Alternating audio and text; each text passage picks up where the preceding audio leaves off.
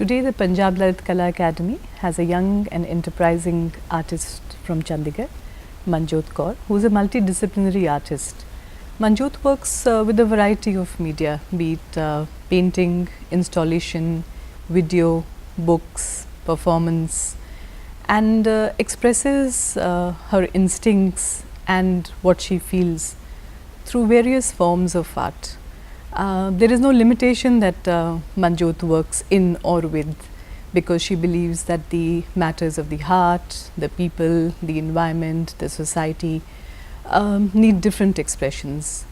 As an artist, she has grown over the years with her experimentation and exploration, and is among the young generation of artists who are not afraid to step beyond the cliches and experiment with contemporary times and issues.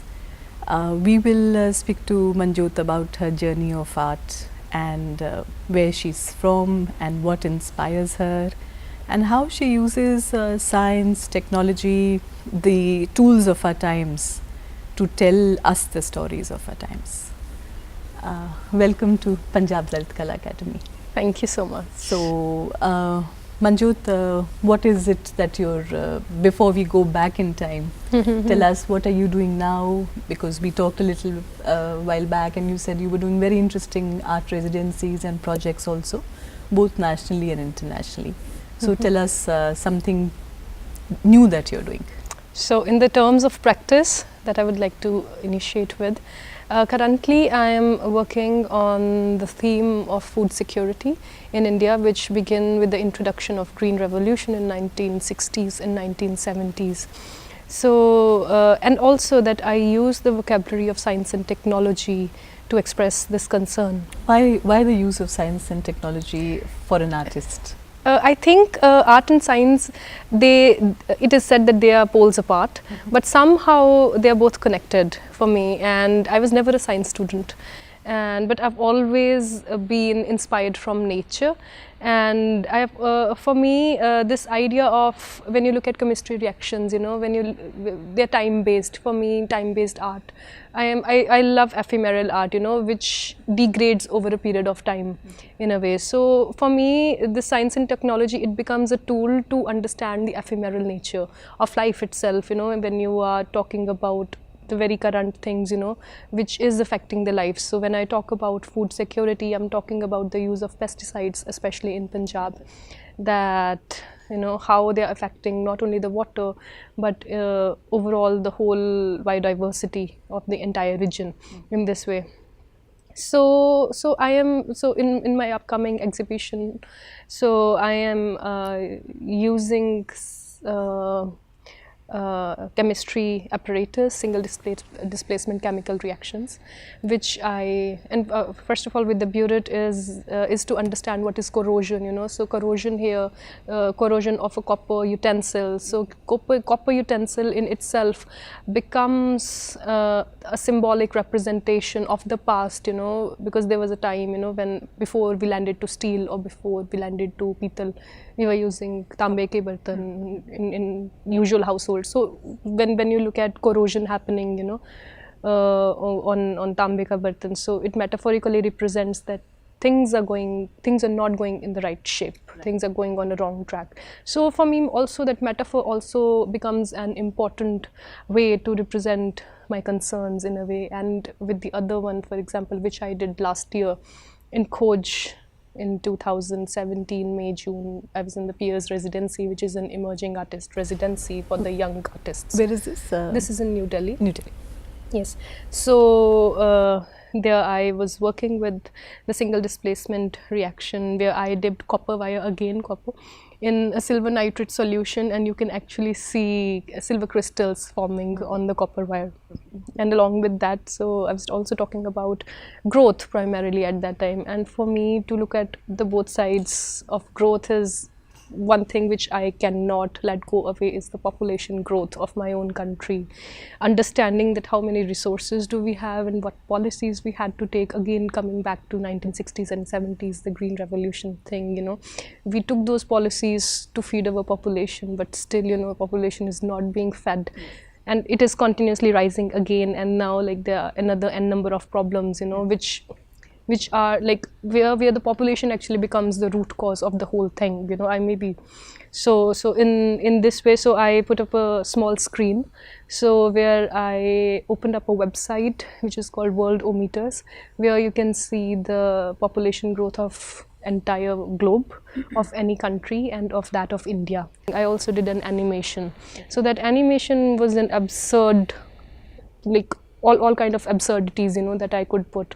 So because I was also talking about growth, you know, the work was on different layers and on different levels of understanding, you know. And also that it was an experimentation, and I was also trying to explore more and more like of my inner self, you know, what is the possibility. So there, like I have a fly makhi, so which is like there's the scene in that it's a complete 8-minute video of which is an animation of my own drawings. Okay.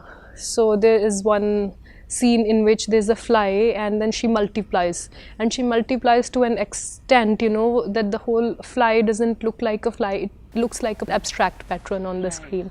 So that was kind of again a sarcasm on the idea of population. And then there are clocks, you know, which are falling down, and then there's in another scene there's Hanuman who's taking Sanjeevani booty, and then there's the sound of ambulance on its background. So and then also there's like mitochondria, you know, which are falling down, which are moving, cells which are growing. So the whole idea was to look at this whole thing from a microscopic and a macroscopic level. So, and while I also used this single displacement chemical reaction, so here with the chemical reaction, it again became a metaphor where because copper nitrate, you know, which is the byproduct of the reaction, so it is a poisonous substance in a way, and silver, it is considered to be a precious metal, you know. So for me the silver becomes like the new generation which is growing and growing, but in what kind of an environment which is well understood. Okay. So that was the idea. So works like these they seem very technical and require a lot of research, I'm sure, and study. So do you feel sometimes lost between science and art? And what is the process of such works? So luckily I have very good 2 friends of mine who are into science. Okay.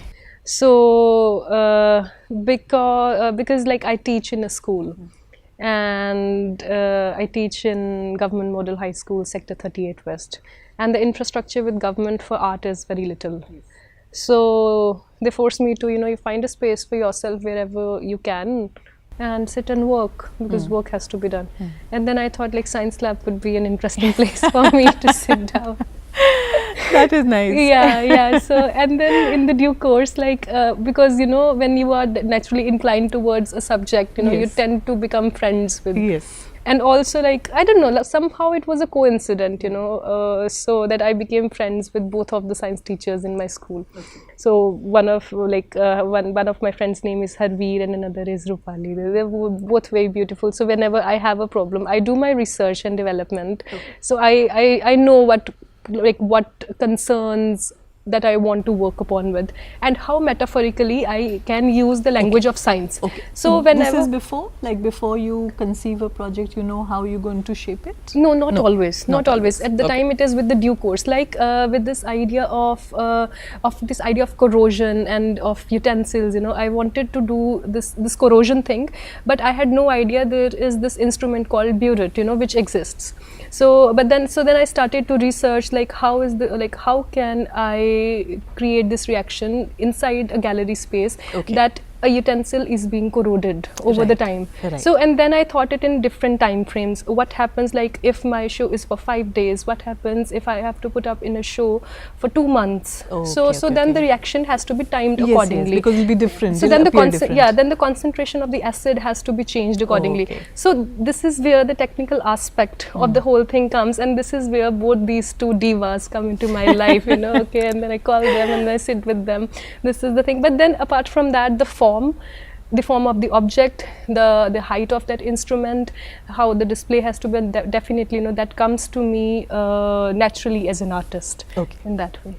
Yes. And tell me something, when did you begin to discover art which used video, which used digital media, which used science, technology, because you began as a painter essentially. Exactly. And what was the trigger, or what was that point that made you look at things a little differently?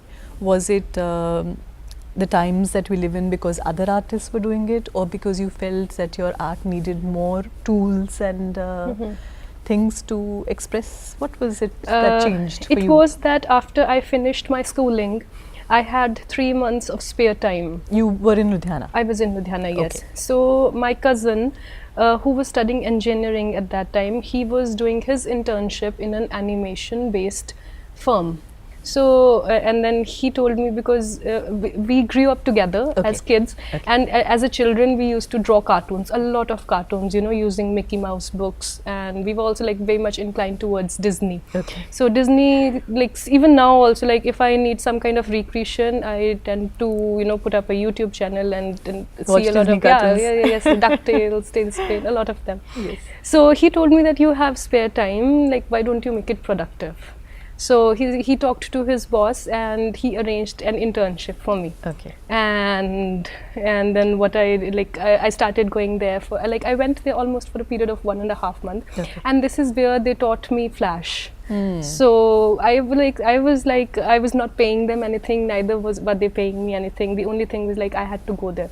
But then after 1.5 months I thought like, okay, that's enough for me. I have learned the technique and now I do not want to be an animator. That was for sure. But in the due course I had learned enough skills. So after that I came to college, 4 years passed, and then I enrolled myself into masters. So during the due course I also tried to learn 3D animation and other tools like Photoshop and things like that. I was not in the college, but I took that those studies as private studies in a different institution, because I was kind of like inclined towards cartoon and I was inclined towards animation. So it was during my masters that I was working on a series of drawings, which is called the Untalkable drawing, and I had no clue what I was doing, and I wanted to experiment, to be very honest. And then during that time my professor was Mr. Sanjeev Sonu, and I displayed all those drawings in my classroom, and I invited him to kindly, like, you know, can you give me a review, can you tell me like where can I take them on? And he knew that I was learning animation. He had this idea, and then he told me, Manjot, why don't you animate them? At that time I had no clue video art existed. I had no clue what other people were doing. What year was this? This was 2000. I began doing this work in 2012, possibly March, possibly yes. Yeah, and then it like I was working in very leisure. It took me 7 months to complete what I was doing, and I had no idea where this work will go, like what's happening. I was playing and I was experimenting. So yeah, this is how I begin with video art.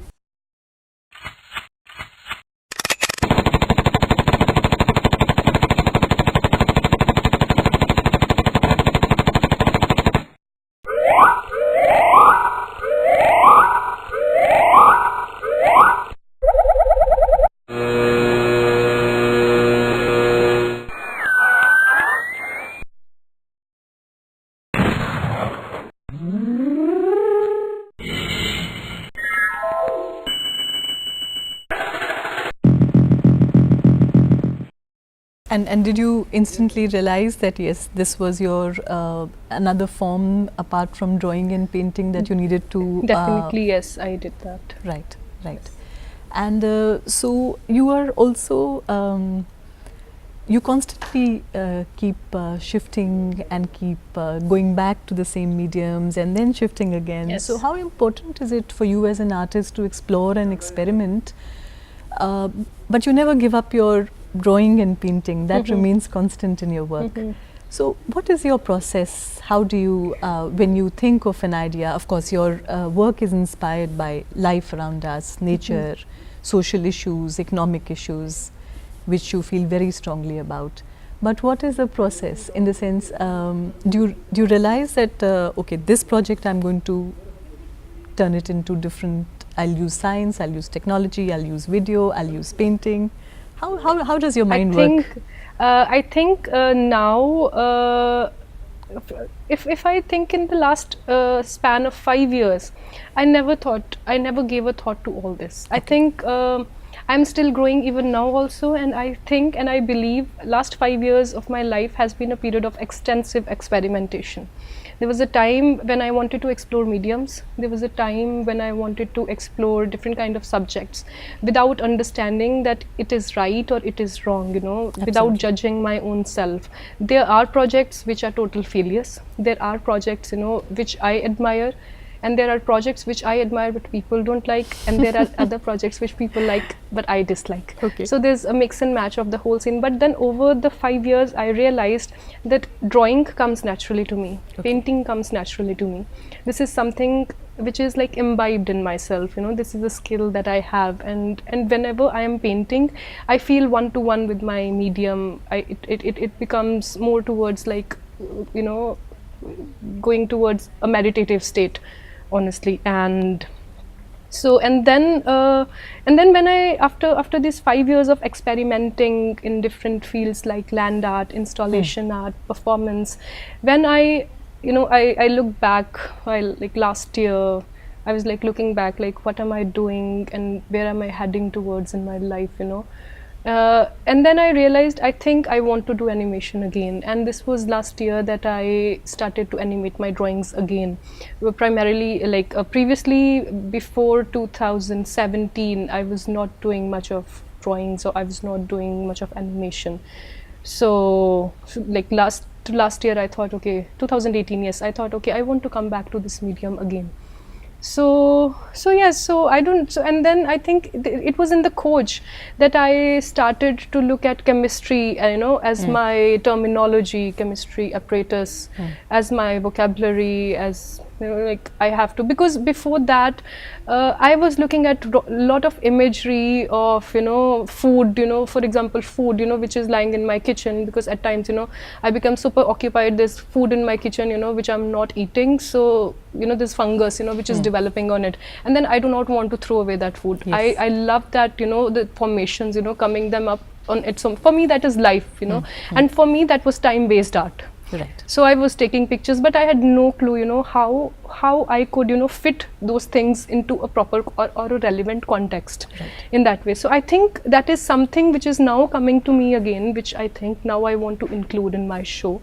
And while I was looking at these things, so for me these became like reactions, you know, which I also saw in science. Yes. So this is how, because technology already existed, you know, and then when you talk about technology you naturally talk about science. So this is how I think that I feel related to this field. Okay.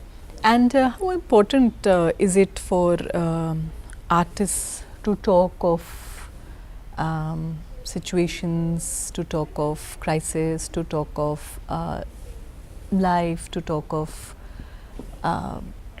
common people? Of course, you always say that you don't want to give solutions. For you, it's important to portray something, and also it's important for you that people interact with that piece of art or piece of installation. So there should be a communication. So Yes. why is that important in today's time? I think if I look at, to be very honest, if I look at in the context of Punjab, when you make your artwork interactive, I think you open up your work to a wider audience. When it is an object, you know, it is supposed to be displayed in a white cube space inside a museum. So how many people in India does go to museums? How many people in it's Punjab, if let's say in Chandigarh, yeah, how many intimidating also that, oh, you have to go to a museum. Yes, Can I go in there? Yeah, and then I is have it to, okay? and then Yeah. also like they have to take out special time Yes. from their routines, you know, True. to go to a museum. So for me my idea is, if I want to connect to wider audience, I have to create my art, you know, which is interactive. I have to create a kind of a curiosity for my audience, for the people around me. And also, like, I love to talk to people who have no idea of what art is. For me, when they, you know, when they talk with their, you know, at times with the naive ideas or with the naive questions, you know, that gives me insights. Okay, this is a way that things can be done. For me, especially when I talk about interactive art, it is more with this idea of performance. In case if I am like asked to do a performance, or if I think of, you know, if I conceive an idea and I want to portray it, and if I want to make it interactive, this is where, when I think performance comes to me as a medium. Okay. So this is, as of now, I don't know what will happen in the future, you know, how things are going to unveil themselves. So yeah, this is. And why are you always as an artist drawn to issues? Okay, so it's not that I'm always drawn to issues. Okay. I would suggest you, I'm always drawn towards absurdities of life. That is one thing. So when I look at issues, I saw them as very absurd. Absurd, okay. Yeah, this is where, you know, these social issues enter in. My first work, like, not like, I cannot call it first, but the first video which I did was purely based on absurdity and randomness and spontaneity. And this is still, I think this is still, you know, something that I'm very much drawn towards. And I think I use absurdity as an epistemological device to understand the wider concepts, you know, of society around you. So for example, when I talk that I'm talking about pesticides, or when I'm talking about, you know, this enough food that is being produced, and when you are not giving away that food to people, you're storing that food in a cold storage, which is decaying, which is degrading. Yeah. Isn't it an absurdity? Yes. What it is? Yes. So I think this is how I relate Right. social issues with this idea of absurdity and randomness and abstraction. And how important is it for art to do this? I think if you want to connect to wider audience, you know, it is somehow, I think, important to talk about real issues. You know, we continuously claim, you know, I'm a contemporary artist. If I'm a contemporary artist, I have to talk about contemporary issue. There are people, you know, for whom, you know, a contemporary issue is their emotional self, which I do not deny. At times, for me also, my food becomes an emotional, you know, like I'm very attached to food in that sense, for example. So for me, it also becomes very emotional. So this is where the personal becomes global, and then the global becomes personal. Absolutely. So it is vice versa in both the ways. Yes. And tell me, Manjot, does it worry you sometimes that when you use a lot of science, technology, chemistry, apparatus, digital, tough concepts of videos, does it worry you that the audience may not be able to relate to it, may not understand it? What I do is, when I create a piece of art like this, I always show it to somebody who's not an artist. Yeah. If that person can understand it, then the skill, then the technique doesn't matter. Then what matters is what you are trying to convey through your art. Right. And then I also, because I'm teaching in a school, at times I also show my work to children, like, okay, tell me, do you understand this? And then I also, like, my mother is also like, she is my first viewer always. Okay. As soon as I complete my work, so if I'm working in my studio based in Chandigarh here, so she's the first one to see it, though, you know, she lives in Ludhiana, where I was born. So whenever she's here, okay, she's like, okay, ऐसे करूँ कि ऐसे करूँ, क्या ठीक है और क्या गलत है. Right. And I always like trust her advice, what she has to say. Okay. So tell me a little about how you have changed as an artist, how you have progressed, how you have transformed, and in the process, how has your art changed you as a person and as a human being? I think it was in class 8th when I decided that I want to be an artist. What was the trigger? My brother, number one, he's also an artist. He's based in New York, and he is a classical Odissi dancer and a performance artist. Okay. Yeah, so because I always, like, he is 4.5 years elder to me, and I always saw him painting. And then my mother was a craftsperson, like who would stitch suits and do embroidery and badi chadroं ke upar kadhai nikalna. Like this is the kind of environment that I kind of grow in, though I come from a very middle class background. So I've seen my mother continuously working. I've seen my brother painting at home, so I was very inclined towards creativity. And then when I started to paint myself, I started enjoying it, and I understood that yes, I can do it. When I tried to copy something, and I could copy the same way, and I could also like understand it. So this is from where I think I started. And how has the journey been? It has been good. The ride at times, at times it's bumpy, at times it's smooth, because for young people, and also like for myself, who lives in Chandigarh, it is not so easy to get that kind of an exposure, the way there are a lot of galleries in Delhi, there are a lot of writers in Delhi. The kind of, the environment there is in Chandigarh, I think Chandigarh has always supported me, both the academies and also the writers with the newspaper media, and yourself in this case. Yes. So I think my journey has only begun. I'm just from point A to point B. This is the distance I think that I've covered, and there's still a lot more to go. So is it difficult being a woman artist in your time? At times yes, and at times no. The answer is both. It is difficult in a way because I think because at times you have to, you're answerable to a lot of things, to your family in a way, and also when you're married, it becomes a little tough. But in a way, my family has always supported me. But then there's a time you feel a sense of uncomfort.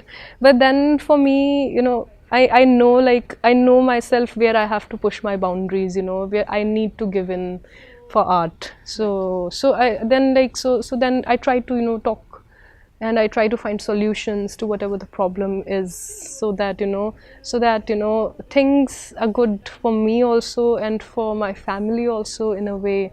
And I think talking and conversation is the only thing. The idea is that when society instills fear inside women, that oh my god, you are a woman, you cannot stay out of your house after 7 p.m. Yes. So that is again an absurdity of life for myself. Like, come on, are you joking? Have you translated it into a work? Not yet. These are a lot of observations that I'm taking these days. There was like a lot of incidents keep like happening around me when people talk like this for women. It's like, come on, like, okay, don't be crazy. अगर लड़कियां चाहें तो वो अपना खाना पीना रहना घर की सफाई और पैसा सब कर सकती है. ये तुम लोगों ने ढोंग बना के रखा हुआ है about the other gender. So ये observations जो हैं, these little incidents जो हैं, these experiences, do they finally translate into your work over time? Actually, not all of them, but things that really touch you and affect you as a human being?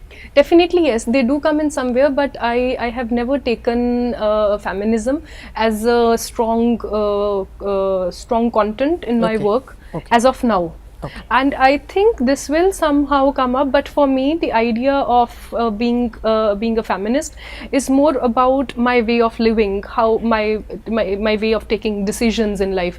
I think that is more of a practical thing that comes to me rather than as an artist. Right. And tell us a little about your work in performance as well as land art. That's something which has which has really drawn you in, and something which you do almost parallel to your drawing and painting and installation art. What was it about performance art, and what triggered it? So and if you could talk about one or two projects. Yeah, what triggered it was like I was invited to this residency which is here in Morni, which is initiated by Harpreet Singh, Healing Hill Art Residency. And so that was like I had my first experience with performance over there. But then you went as an artist, not as a performance artist there? Yeah, I went as an artist, and I also did not perform during that time. Okay. So we were like 3 friends, and we thought of doing a collaboration, and we did a land art over there. Okay. Where we were like working with the idea of paths. So that was the period when I was truly experimenting without giving much thought to thinking the process as a final work. So for me, the whole process was more of a fun, of an experiment. Like, can something come out of it or not? So this is where like I understood what is performance and how does people do performance, what is performativity, and what are these different terminologies, and how do you understand the meaning of all of them. And then I started doing my own research, looking at various artists, contemporary artists, how they are dealing with the subject, because as an artist I was never formally trained in this medium. And then I went to another festival which is called Kolkata International Performance Art Festival. So that was where I did my first performance piece. So they had this theme of the residency which was called silence in the time of political something. So they were actually talking very political at that time, where they wanted to comment that you are being silenced, you do not have any more freedom at all, so how would you react to this idea of silence? But then I again took it very literally in this idea of, this is where actually the science thing started. So before that I did another installation with Chandigarh Lalit Kala Akademi, where I did a heartbeat at open hand complex.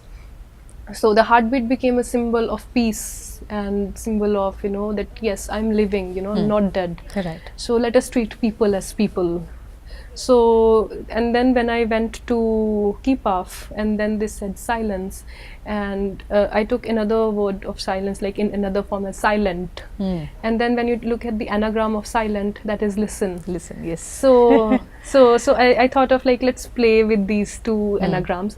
And then I always wanted to work with a stethoscope, and I wanted to listen to actual heartbeats. So when you want to perform an act, where you are actually listening, so it automatically becomes a performance. So it was there that I did this performance, that I wrote silent as listen, and then I colored myself all golden.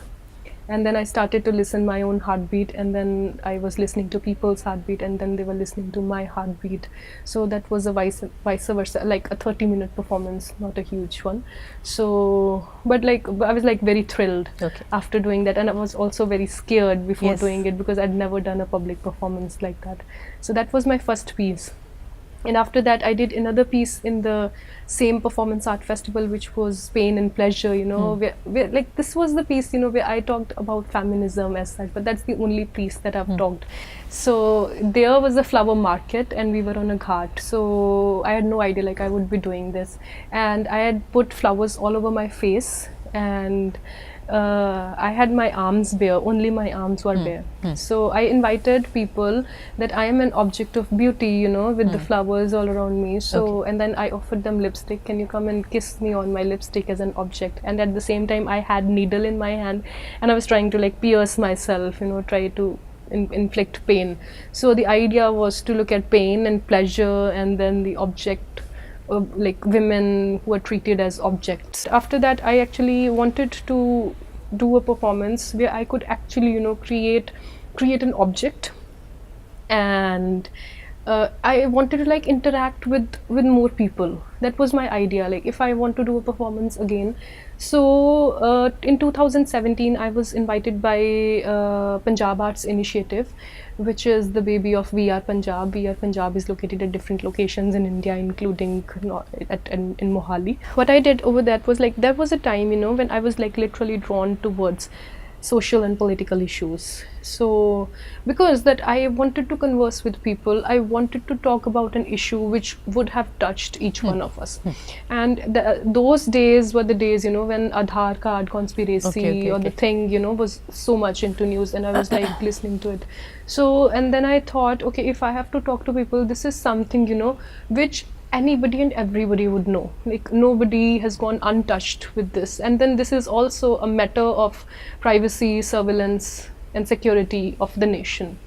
So what I did was like I created a huge installation. This was a performance which took place inside my installation. So it was an immersive and interactive installation based performance. Okay. So people had to bring in their Aadhaar card, So I hired another professional from theatre background, and who would ask for people's identity cards, that is Aadhaar card, and if they have it, and then you can enter it. And then once you enter the premises had a table, and there were small balls which are like eyeballs, so they were painted on table tennis balls. And then there was this another book called Laws of Manu, you know, how we are supposed to be, you know, again a metaphor.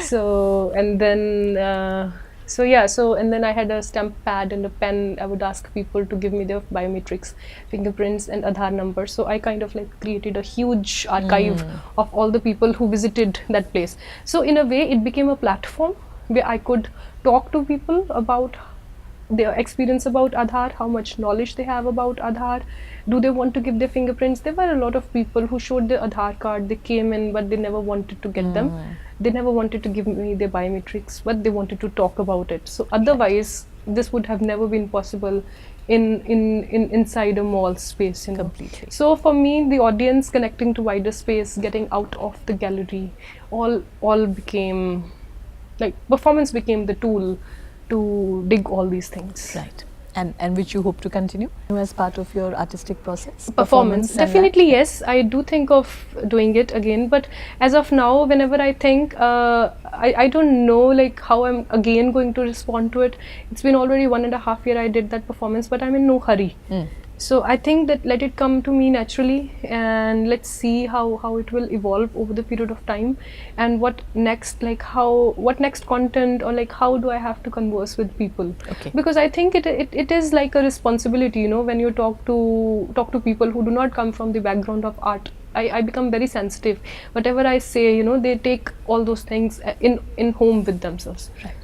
So is this a good time for artists like you? Because now art is seen in a much more wider perspective and not limited to sculpture, painting. Definitely. And the idioms are different, the layers are different. So is this a good time for young artists like you? Because there are more platforms. Also, people are opening up to more experimentation. Otherwise, the pedestal was for first the painters, then the sculptors. But now it's I think definitely yes, it is opening up. You can do a lot of experimentation, but when you think about selling, it's again the traditional form which sells. Okay. But I think then you have to keep a balance between both the things in a way, that you can also create objects, you know, which galleries want to take, you know. But definitely yes, you also have to do experimentation, you know, if you are just caught up with the traditional forms of doing it. But I think if you can gel up things together, that becomes kind of a way of doing things. Right. So I think this becomes my tool, because for me, if I do just painting, I get bored. Yes. If I do only installation, then I feel like it's also not complete. So for me, both the things, when they come together, so this is where I think it possibly, yes, it looks complete. Right. And how do you see yourself a few years down the line? Is there anything that is priority on your mind in terms of art, that yes, this is a project or this is a area that I want to diversify into later? Or do you think you work only for the moment? No, it's not at all for the moment. Definitely, I think I want to, you know, for me, I think I want to bring change with my work. It is said art cannot change, you know, there are people who said, but I still believe, you know, maybe if you can change the way of thinking of people, I think it can do something for you. Right, like right now I'm talking about the environmental concerns, especially in Punjab region, with like the use of pesticides, and you know how we are being inflicted with a lot of diseases. So I want to further delve into science and technology. I want to further use imagery, you know. I want to collaborate with scientists. I want to collaborate with doctors, you know. So this is how I see myself as in 5 years down the lane, you know, where I can talk about those issues and actually using that imagery, and also like, you know, when there can be collaboration between an artist and a scientist, an artist and a doctor, and also like, you know, where the society also gets to know that it's not important for us that our children should only become a doctor and a scientist, you know, they can be anybody and everybody, and you can excel in all the fields. Absolutely. In this way. And also like, because I'm a teacher myself, and it you know, it hits me again and again when I look at the situation of fine arts in Punjab, how they treat the subject, how you are being looked upon. You are like a meager in their eyes, you know, who is nobody. This is what our schooling system is. So my idea also is like, you know, to make people, normal people, understand that there are many ways, you know, where an artist can actually do a lot for the society in that way. And as a teacher, how do you see art education in Punjab? It's very bad. It's awful. No words more than this. Yeah.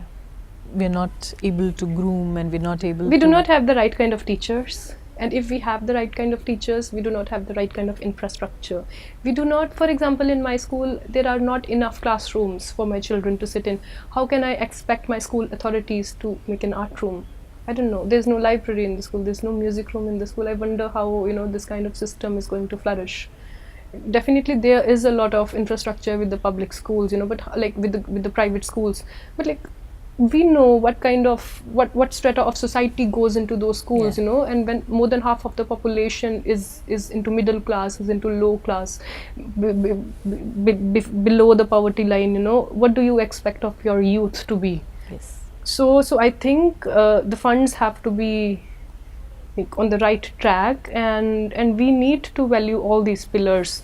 I think music, physical education, drawing and library are the 4 pillars of all the education systems, and if they are not strong enough, you cannot inculcate meaning in your society. Absolutely.